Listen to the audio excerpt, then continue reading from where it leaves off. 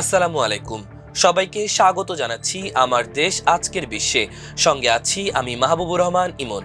শুরুতেই জানিয়ে দিচ্ছি শিরোনাম। ভারতের তেজস বিধ্বস্তে বাড়ছে পাকিস্তানি বিমানের চাহিদা। ভারতে গরুর মাংস খাওয়ায় হত্যা মামলা প্রত্যাহারে সরকারের চাপ।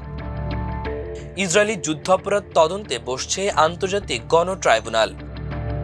পাকিস্তান আফগানিস্তান উত্তেজনা কমাতে বড় উদ্যোগ নিল তুরস্ক। বিবিসির শাসন ব্যবস্থায় সমস্যা, শীর্ষ আরেক কর্মকর্তার পদত্যাগ। ব্রাজিলের সাবেক প্রেসিডেন্ট বলসোনারো গ্রেপ্তার। শুনছিলেন সংবাদ শিরোনাম, এবার বিস্তারিত। দুবাই এয়ার শো 2025-এ ভারতীয় বিমান বাহিনীর একটি তেজস যুদ্ধবিমান দুর্ঘটনার কবলে পড়ে বিধ্বস্ত হয়েছে। গতকাল শুক্রবার এই ঘটনায় বিমানের পাইলট মারা গেছেন বলে নিশ্চিত করেছে ভারতীয় বিমান বাহিনী। অন্যদিকে এয়ার শোতে দর্শনার্থী ও বিশেষজ্ঞদের বিশেষ দৃষ্টি আকর্ষণ করেছে পাকিস্তানের গর্ব তেজস 17 থান্ডার। এর আধুনিক অ্যাভিওনিক্স, বাড়তি কৌশলগত সক্ষমতা, উন্নত অস্ত্র সংযোজন ক্ষমতা, শক্তিশালী রাডার ও ইলেকট্রনিক ওয়ারফেয়ার সিস্টেম বিশ্বব্যাপী প্রশংসা কুড়িয়েছে এবং আন্তর্জাতিক পরিমণ্ডলে ব্যাপক আগ্রহ তৈরি করেছে। এরই মধ্যে পাকিস্তান তাদের বন্ধুত্বপূর্ণ একটি দেশের সঙ্গে এই যুদ্ধবিমান বিক্রির জন্য সমঝোতা স্মারক সই করেছে, যা দেশটির প্রতিরক্ষা রপ্তানি সক্ষমতাকে আরও শক্তিশালী করবে। এই স্বীকৃতি আরও বাড়িয়ে দিয়েছে পাকিস্তানের নিজস্ব এয়ারস্পেস সক্ষমতার বৈশ্বিক সুনাম। দুবাই এয়ার শোতে যুদ্ধবিমান বিধ্বস্ত হওয়ায় ভারতীয় বিমান বাহিনীর জন্য আরেকটি বড় ধাক্কা। এর আগে গত মে মাসে সংঘাতের সময় দেশটির অন্তত 5টি যুদ্ধবিমান বিধ্বস্ত করার দাবি করেছিল পাকিস্তান। প্রথমে ভারত এ দাবি অস্বীকার করলেও পরে দেশটির একজন শীর্ষস্থানীয় সেনা কর্মকর্তা বিষয়টি স্বীকার করেন। তবে কয়টি যুদ্ধবিমান ভূপাতিত হয়েছিল তা জানায়নি তিনি। গরুর মাংস খাওয়া ও বাড়িতে রাখা হয়েছে সন্দেহে ভারতের উত্তরপ্রদেশের মোহাম্মদ আকলাক নামে এক ব্যক্তিকে 2015 সালে পিটিয়ে মারার অভিযোগ উঠেছিল।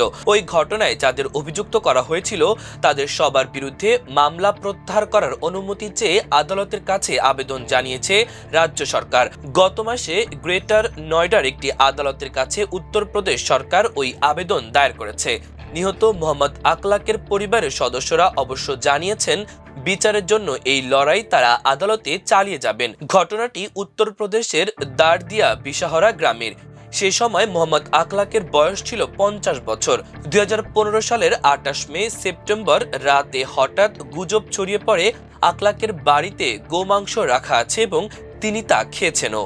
যদিও তার পরিবার প্রথম থেকেই এই অভিযোগ অস্বীকার করে এসেছে। ভারতে গোহত্যা একটি স্পর্শকাতর বিষয়।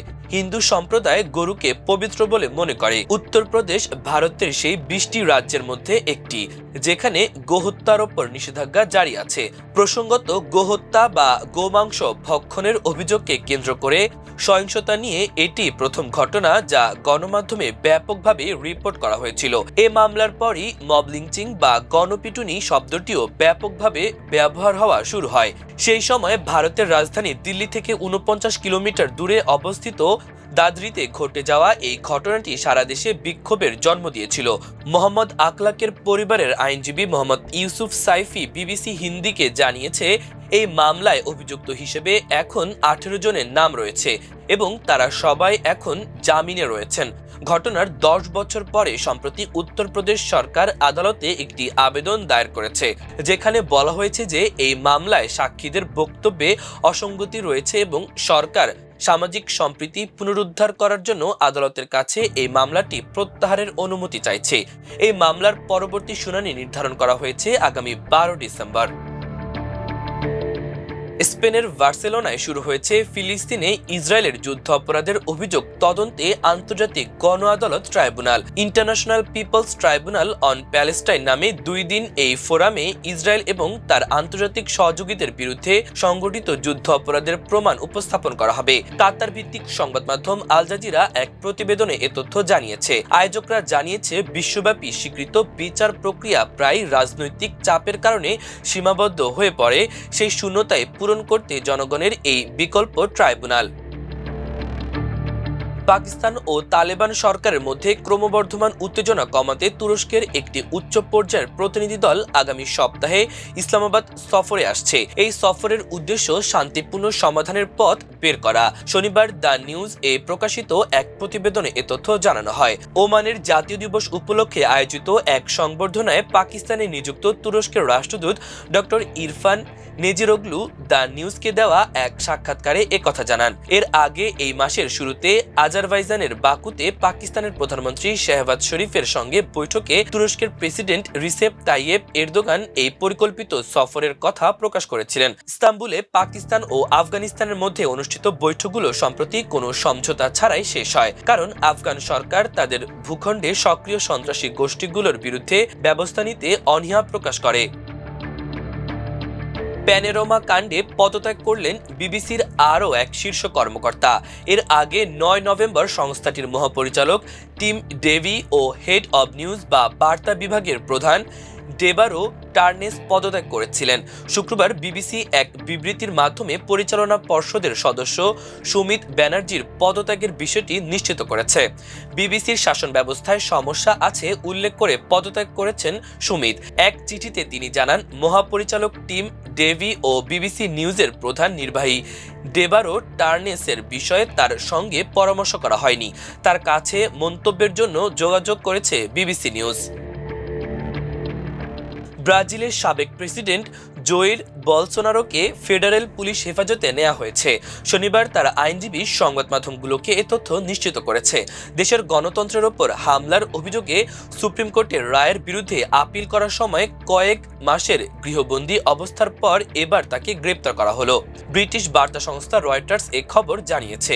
তবে বলসোনারোর আইনজীবী তাকে গ্রেপ্তার করার নির্দিষ্ট কারণ জানায়নি।